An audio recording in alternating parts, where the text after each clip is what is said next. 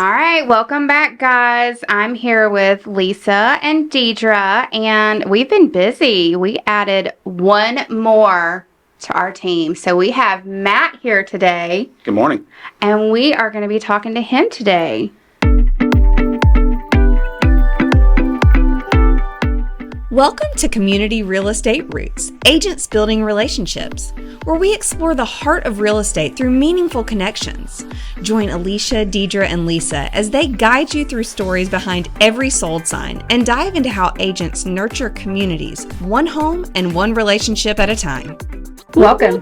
Thank you. So, tell us a little bit about yourself. I think you've been in Calera for a little bit. 10 years. 10 years. Nice. And you have military background, right? I do. It was the Army that brought me here 10 years ago. It was supposed to be a 4-year assignment, and then life happened, and so we ended up retiring and staying here. Then you like it when life happens. But it happens for the best most of the time. It does. It does. Certainly. Are you married? I am. We just celebrated our 25th wedding anniversary. Been together for 20 years. Wow. Met our first day of English class in 1995 back at Eastern Kentucky University. And That's right. we have 3 boys. I'm not going to say where I was in 1995. 3 boys. Yes. I have 3 step boys. So they're older, but I couldn't imagine, from baby to adulthood with 3 boys, because I hear it's like an experience. Oh, it's fantastic.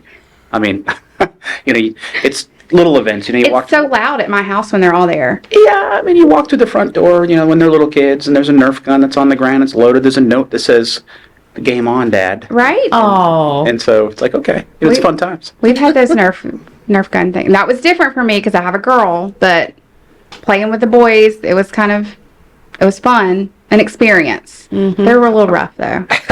Yeah, and my kids are, for the most part, pretty gentle souls, but they're Good. good kids. Are they still in school, or? I have one that is in his PhD program at University Alabama, Birmingham for Nice. psychology. Number 2, Gabriel, is actually leaving for Army basic training this coming Monday. Oh, wow. And then so he'll be in the Alabama National Guard and pursuing education probably at Auburn when he completes that. And then my third son, Ethan, just got a academic scholarship. He scored a 31 on his ACT to University of Montebello. That is something to brag about. That's awesome. So yeah, I mean awesome. they definitely got their brains from their mom. She's an Auburn grad and she's a veterinarian, so she's extremely intelligent and quite a compassionate individual and very patient to put up with all of us. And your wife was in the military as Yes. well. Oh. Well, that was part of what life happened. On her last deployment, she got injured, and so they medically retired her. And the kids were all. This was their first experience being out in a truly civilian environment. So not having to worry about what the rank of the guy next door was, or whose friends they were at school because of command differences or whatever. So really, politics didn't come into play, and they were just able to relax and just be Hunter, Gabe, and Ethan, and Nice. Kids. my They son. can be kids, yeah. Yeah. Oh, that's so and so's son. Whatever. He's Yeah. in this unit. So, they had their all 3 of them completed the same high school, and so it's been really good for them. Wow. I think that they're easing into the civilian. Well, not so much for Gabe, but for everybody else, it Yeah. was a relief. Well, good, good.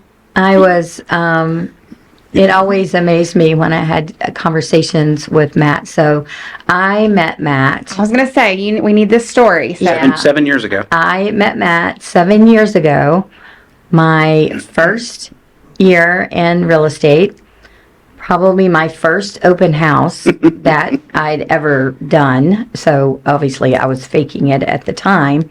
And him and his wife, I don't think all 3 of the kids were with you. Oh, they were. They were, yeah, it was the whole family. And talking to them when they came in, I'm thinking, well, this house is not for you guys. Nope. For what they wanted. So with the next thing I knew is their entire family was sitting on the couch in the living room, and we spent like an hour or so for the open house to go, and we just talked all afternoon. Aww. And recently, which I didn't know, he was interviewing that day to be his realtor, which I was, and that's the house they live in now in Calera. We've stayed in touch It was a different house all these years. from the open house. Oh yeah, no, it wasn't the open house. It was a different house. So it's kind of cool when you can talk about something in the industry on how we always say it's a relationship business, Yes. and to be on a journey with Matt, and now he's ventured into the business with us. It's my new favorite. It's my new favorite story. But the part of the story with his family that just always amazed me is how a husband and wife are in the military at the same time. They have 3 kids, and I have total respect for our military families. We just don't understand. We think we understand what they go through, but we really don't understand what they go through. And I think you guys were deployed at the same time at once. We had a couple of times where she was overseas and I had, excuse me, I had to go away for longer training events. And so because of my rank and what I did, I had a little more control over my deployment schedule than she did.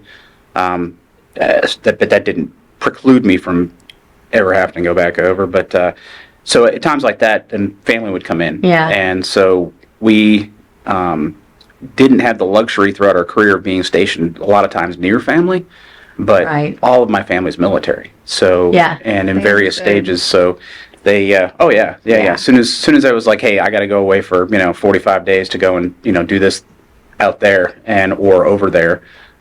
There'd be like a phone call. Hey, I'm clear. I'm coming in. And my sister would come in and like hang out with the boys. That's cool. And so, yeah, See, I couldn't imagine, because I think I told you earlier that I met my husband after his retirement, and I just couldn't imagine the sacrifice. I mean, he was deployed. I think he was in 21 years, and he said he had over 7 years of deployment. And I just couldn't imagine him not always being there. So yes, the sacrifice that everyone makes for that is amazing. Well, every family deals with it differently. So, like when you have younger kids, a lot of times if the husband's gone overseas, or in some cases the wife goes overseas, then the family kind of packs up and then folds back into wherever their home of record is. Right. And so, because, without having to worry about education with young children. But as they get older, the communities band together. And so the support structure is just something that, we identify as either a problem or it's supportive, and we can deal with it. But because the last thing you want when someone's overseas, you're never going to get them to stop thinking about their family or missing home or anything like that. But worrying about the physical needs of your family or the financial needs of your family, that should not be on the forefront of a soldier's Exactly. mind when they're trying to do their Oh, job. absolutely. Absolutely not. But it always amazed me that Rachel was a vet, because it was so funny when they first told me that. I was like, Oh, God, I'm yeah. like, she's You don't think like, of that. what are you're Do you want to hear a funny story? you're about in that? the army, Always. you're in the army and deploying, and you're a veterinarian. What are you going to do? And she goes, we have animals in the military. And I went, oh yeah, you do. And, you don't Well, think about that. And I was not a proponent for her going in because of what I did, and I don't know if we want to get too far into that, but Right. part of my job, was to go into local areas, live with the locals, and try and increase their positive feelings towards us and our Right, mission. right. But it was also to increase their quality of life. So the fastest way that you can do that in a third world nation is either by using a veterinarian to help increase the health of their herds, or bring a dentist in, or even an optometrist, because as people get older, Wow, yeah. we would give out these like self-prescribing reading glasses. So you put them on the guy's face, and he can't read anything, but then you start clicking the things on the side, Right. and he's like, and he's like super excited because he can read, and so And see, you don't think about stuff like that. Like Right. me, like I never would have thought of that, and you just don't realize what all that takes. yeah, a lot of that falls into that humanitarian assistance stuff. But so getting back to Rachel, so I come back from a very long deployment. I was gone for about 545 days, and that was a long one. That was difficult. There was a time I remember closing my eyes and I could not picture the kids' faces. Oh. So I was like, I got back off a mission, and I was like, email me pictures of the kids right now. Oh, you could have And, gone all day and not told us that one. Yeah, well, I mean, you know, so That's what it you is do. true. That's what you do. You do it. Yeah. so I come back, and the Army had said, hey, you know what? You need to take a break. We're going to put you out in recruiting. And I'm like, recruiting? I was like, for what? And so I reverted back to my basic branch, which was medical and medical service corps. And so I'm out there doing healthcare recruiting. And so my wife is reading one of my flyers, and she's like, hey, they do student loan repayment for veterinarians? And I was like, yeah, honey. And she's like, well, you get a bonus too, right? And I'm like, yeah, it's on the next page, honey. And I'm like, I don't remember what I was doing. And she was like, I'm thinking I might want to go in. And I was like, have you lost your mind? She was like, no, I think, you know, she goes, if you don't put me in, then I'm going to have your sergeant put me in. And I was like, oh, no, I'll put you in then if that's the case. But We got this. we're going in the reserve. So she goes in, she goes through her officer basic course, and she comes back, and she's like, wow, you know, I didn't realize all those badges that you had and all that stuff that you did, really what all that meant until now. And I was like, you were with me when I did most of it. And she was like, yeah, but still, it was like in one ear and out the other. Kind of like when she's talking medicine, I don't understand that language. Right. And so she says, hey, I just got orders. And I'm like, oh, no. Oh, And I'm thinking immediately, the first thing I'm thinking is, okay, where is she going? How can I ditch this assignment, get right back into special operations? Where can I go to help her, you know, keep her safe? And I'm getting a little choked up thinking about that. But so anyway, she says, no, I'm going with the Navy. And I was like, what? And she goes, no, this looks kind of cool. Look, read this. So I'm reading this, and she has orders, to report to a Navy ship. And I'm like, what? Where are you going? So I go and talk to my personnel guy, and he pulls up the whole mission statement and all that stuff, and he says, oh, she's going to be doing this animal health care in Papua New Guinea. And I'm like, honey, you know, 50 years ago, they were still eating each other over there. And she's like, I'm excited. She goes, that's really close to Australia. And I'm like, oh, God. I was like, your first deployment, you're going to Papua New Guinea, and you're going to ride in a big ship and in the Indian Ocean and be able to float and see the stars and all that. And so she goes and does this deployment. And, yeah, they went to Papua New Guinea, and they took care of the animals there. And it was multifaceted, multi-nation. It was a coalition mission. So she was there with, like, British veterinarians and like blood specialists and whatever else, and but they had this holiday tacked onto the end of it. So yeah, somebody's husband, who was another physician, flew into Australia, got a rental car, drove up to where they were at. They met him at dropped him off, and so she went gallivanting around North Australia for a week or two, and I'm like, wow. I'm like, oh my God, you know, the Army sends me to all these horrible places, and your first trip overseas is you know, good day, mate. And it's like, so that was. Well, you taught me something new today. I don't know why I didn't know, but I didn't know she was in the Navy. No, she was deployed with the Navy. Oh, she was deployed with the Navy. I was like, No. They hooked a ride with the Navy. Okay, and the all Marines. right, that makes more sense. Yeah, and then so she ended up having a pretty interesting time during her deployments. Fortunately, she was never in a shooting situation. So Yeah, good. but she had to deal with a lot of the like political stuff, and like she got to watch.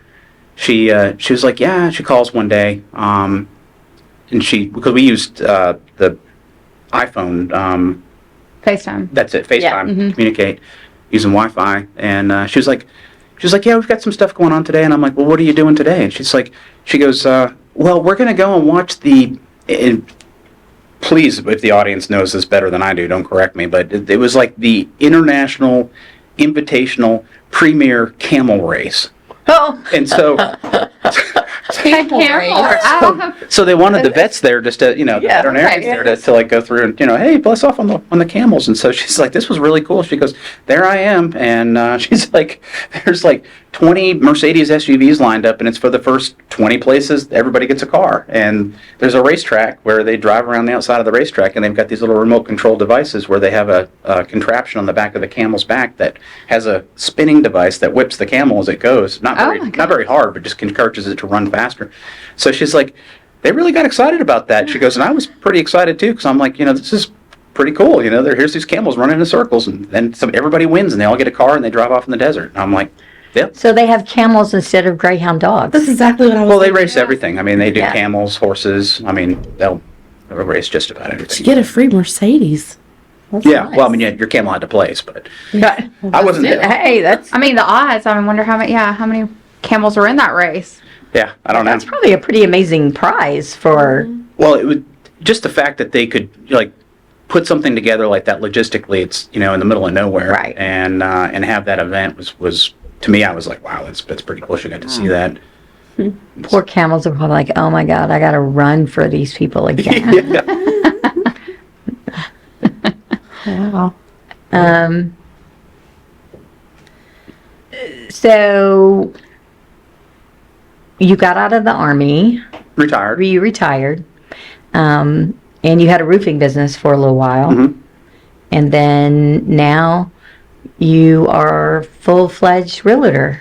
Yeah. I got to a point where I was working quite a bit and doing very well, but I just realized I was putting more time into that civilian project or that profession than I was, in retirement, spending time with my family. Right. So I was like, I really feel like I need to get back to doing something where I feel productive, but also where I can help guide people through a process. Everybody needs a home. Everybody needs Yep, a roof. everybody needs a home. A place to sleep, somewhere safe where they can house their family and raise them in peace, relative peace and quiet. And so I was thinking back, I was like, 27 years in the Army, and I've moved 19 times. Now, I didn't always own a house. And that's, from PCS to PCS deployments, whatever. And, I've been that guy. I was the young enlisted guy that, thinking about home ownership and how do you do that and, where do you go and all that stuff. And you're talking to your peers in uniform, and they're all like, well, I did it this way back there, or I did it that way. And everybody has a different story about how they Right. purchased a home. Because really, I didn't purchase my first home until I was a captain or a very senior lieutenant. And I was lucky because I had a guy in my shop that was a civilian that had a real estate license. And he was able to kind of coach me through and show me a better realtor in the area or a better brokerage to go through for my purchase. But I remember thinking, man, this is a really kind of a complex process. And, the Army will give you a flyer on what your benefits are, but, that's only, that's That's not as deep as you need to go. And so having someone there that is in your court, and on your side and willing to help guide you through the process. And, it's like I used to tell my soldiers all the time, I would say, if I brought somebody in that was a communication specialist, and I'm not a communication specialist, and I would say, here's the plan, do you see any problems? And I don't care what rank they were. Like, if you're not the smartest guy in the room on communications, I don't know who is. Right. So, I might be walking through a field, and I'm looking down and thinking it's a kitten, and you're like, oh my God, that's an alligator, don't touch it, then I need to know that. And so that's what you need in this process, is you need somebody to say, hey, look, you can touch that, but you may not be the best fit for it, so we need to research this area and this area, and also be humble enough to realize that, if you don't have the answer, don't try and fake the funk. Oh yeah, no. You need to reach out to specialists. Like I think we're going to have Zell on later, and so people like him when we're talking about funding or how do we, because that's the big thing for a lot of people is where does the money come from, how does it work, and how do I not get taken advantage of? Yeah, it's funny. I was leaving the house this morning. That's why I was running a couple of minutes behind. My neighbor across the street, which he lives in a rental, pulled up to my driveway. He goes, "You're a realtor?" And I said, "Yeah, I am." He goes, "I need a house." I said, "Okay, let's go find one." And it'll be his first time. And that was the first thing I told him. I said, send me an email with all the specifics of where he travels. So pretty flexible on locations. But he didn't have a lender. So I said, well, we need to do that first. Right. Because we need somebody to tell us how much money we can go shopping for. Right. And so many people don't realize that they think they can just go shop for a house and then worry about how they're going to pay for it. And I tell people, I'm like, no, I don't want to take you to a house that you can't afford and you fall in love with it, and then I have to break your heart. Yeah. So I said, we need to know what that shopping money is before we go, and what all those ground rules are that you're going to need for a loan. So, the process, having a great realtor to guide you through the process is so critical, especially in today's market. And thanks for bringing that up. And I couldn't have said it better on how important agency is in representation. Whether if you're a seller, you need representation for a different reason and a different specialist. If you're a buyer, you need representation for a different reason. Yes. Could you go to a listing agent that you got the phone number off the yard sign? Yeah, you can. But please keep in mind who that person represents. They represent the seller. They are not representing you, and you're not getting the best you deserve. Find you an agent to make that happen. So the other cool thing that I think you'll bring to the table too, Matt, is just getting those military families to be comfortable and understanding that process, because yes, the process is the same. You still have to get a loan, but VA benefits are so different. And again, we have someone great that's going to talk to us shortly about that. So I truly believe that military families are going to connect with you very well. So Yep. we're glad to have you on the team. Welcome. Yeah, it's great to be here. Well, is that a wrap? I think that should be a wrap. So thank you so much. Welcome, Matt. And we will talk to y'all next time. Thanks for listening. Please remember to subscribe to our podcast on your favorite podcast platform, or subscribe to our YouTube channel, Your Neighbor, Your Agents. To contact Alicia, Deidre, or Lisa, please visit www.yourneighboryouragents.com.